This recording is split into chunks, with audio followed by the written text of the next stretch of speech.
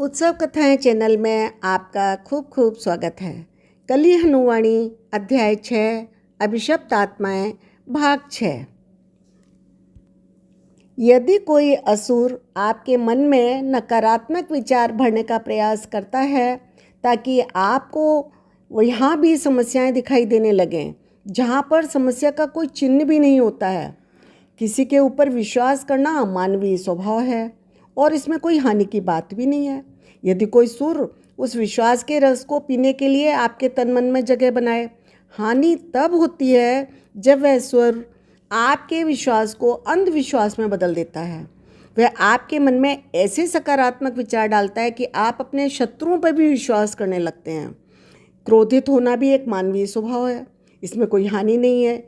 यदि कोई असुर क्रोध का उबलता रस पीने के लिए किसी तन मन के साथ जुड़े, हानि तब होती है जब असुर आपके तन मन को अपने अधीन कर लेता है, आपके मन में विचार रोपित करता है, आपके क्रोध का प्रयोग करके अन्य नकारात्मक घटनाओं के बीज के रूप में प्रयोग करता है। स्वादिष्ट मिठाइयाँ खाना मनुष्य का स्वभाव है, इसमें कोई हानि की बात नहीं है। यदि कोई सुर भी आपके तन मन के साथ जुड़कर उन मिठाइयों का स्वाद चखे, हानि तब होती है जब वे आपके कभी कभार के आनंद को लत बना देते हैं। किसी विषय में निष्ठापूर्वक विश्वास करना भी एक मानवीय स्वभाव है। हानि तब होती है जब असुर आपके मन पर नियंत्रण करके आपको अंधा बना देते हैं, जिससे आप अन्य जनों के विश्वास की खिल्ली उड़ाकर घृणा के रस का पान करने लगते हैं। अभिशप्त आत्माओं के 3 प्रकार हैं, उनसे पीछा छुड़ाने की भी 3 मार्ग हैं: सचेत रहना, नकारना और प्रार्थना करना। कुछ अभिशप्त आत्माएं चोरों की तरह से होती हैं, जो मूल आत्मा में थोड़ी सी जागृति आते ही भाग खड़ी होती हैं। जो ज्ञान मैं आपको दे रहा हूँ वह उस घंटी की तरह काम करेगा जो सुर और असुरों का संकट पाते ही आपके मन में बजने लगेंगी। उदाहरणतः यदि उदासी लंबे समय तक चलती है तो आप समझ जाओगे कि किसी असुर ने आपके तन मन पर डेरा डाल दिया है। यह चेतना उनको आपके तन मन से भगाने के लिए पर्याप्त है। आपको उन अभिशप्त आत्माओं के प्रति भी सचेत रहने की आवश्यकता है जो आपके तन मन पर नहीं, अपितु आप जिन जनों से संपर्क रखते हैं उनके तन मन पर डेरा डाले हुए हैं। उदाहरण के लिए, यदि आपका कोई मित्र लगातार किसी के बारे में शिकायत करता है तो समझ जाइए कि वह असुरों के नियंत्रण में है। यह समझ आपको उनसे सुरक्षित रखेगी। इस समझ के अभाव में वे असुर आपके तन मन पर भी डेरा डाल सकते हैं। यदि आपके मित्र को किसी चीज़ की लत है तो समझ जाइए कि उसके तन मन में सुरों का वास है। यह समझ ही आपको उनसे और उनकी लत से सुरक्षित रखने के लिए पर्याप्त है। अतः जो अभिशप्त आत्माएं चोरों जैसी होती हैं उनसे सचेत रहना ही पर्याप्त है।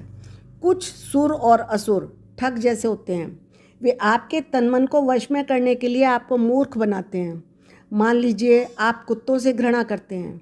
किसी भी चीज़ के प्रति लगातार घृणा करना तन मन में असुरों की उपस्थिति का सूचक है। असुर आपके संसार को कुछ इस प्रकार से रंग देते हैं कि आपको ऐसी घटनाएं दिखाई देनी शुरू हो जाती हैं जो आपकी घृणा पर औचित्य का ठप्पा लगाती हैं। कुत्तों द्वारा मनुष्यों को नोच खाने के समाचार आपके पास आने लगेंगे। आपको ऐसे पीड़ितों के बारे में पता चलने लगता है जो कुत्तों के काटने से भयानक मौत मरे हैं। इस सब के कारण आपकी घृणा एक ऐसे स्तर पर पहुंच जाती है कि आप कुत्तों को मारने और हानि पहुंचाने के लिए उद्यत हो सकते हैं या इसी को अपने जीवन का उद्देश्य बना सकते हैं।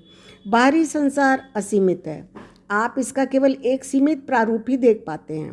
यदि आपके तन मन पर असुरों का निवास है तो आप वही देखेंगे जो असुरों के लिए लाभकारी है। वे आपको ऐसी घटनाएं दिखाएंगे जिससे आपके जीवन में उन नकारात्मक रसों का उत्पादन होगा जिनको ये पीना चाहते हैं। वे आपको यह भी विश्वास करा देंगे कि जो आप देख रहे हो वही पूर्ण संसार है। घृणा के अलावा नकारात्मक जीवन रसों जैसे क्रोध, भय, घृणा, चिंता, सदमा, निष्ठुरता आदि का उत्पादन शुरू हो जाएगा।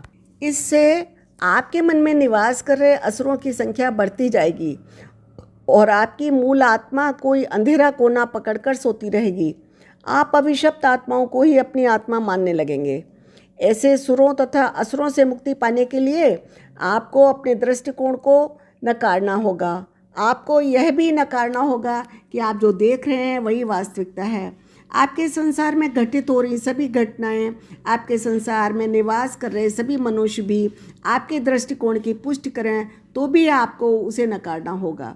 यदि कोई ठग आपको कुछ बेचने की चेष्टा कर रहा है, आपको तब तक ना कहना पड़ेगा जब तक कि वह हार कर अपना रास्ता नहीं नाप लेता।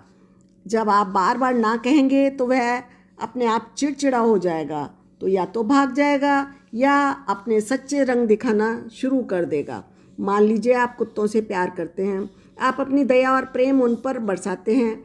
इसका अर्थ है कि आपके तन मन के जीवन में सकारात्मक रस बन रहे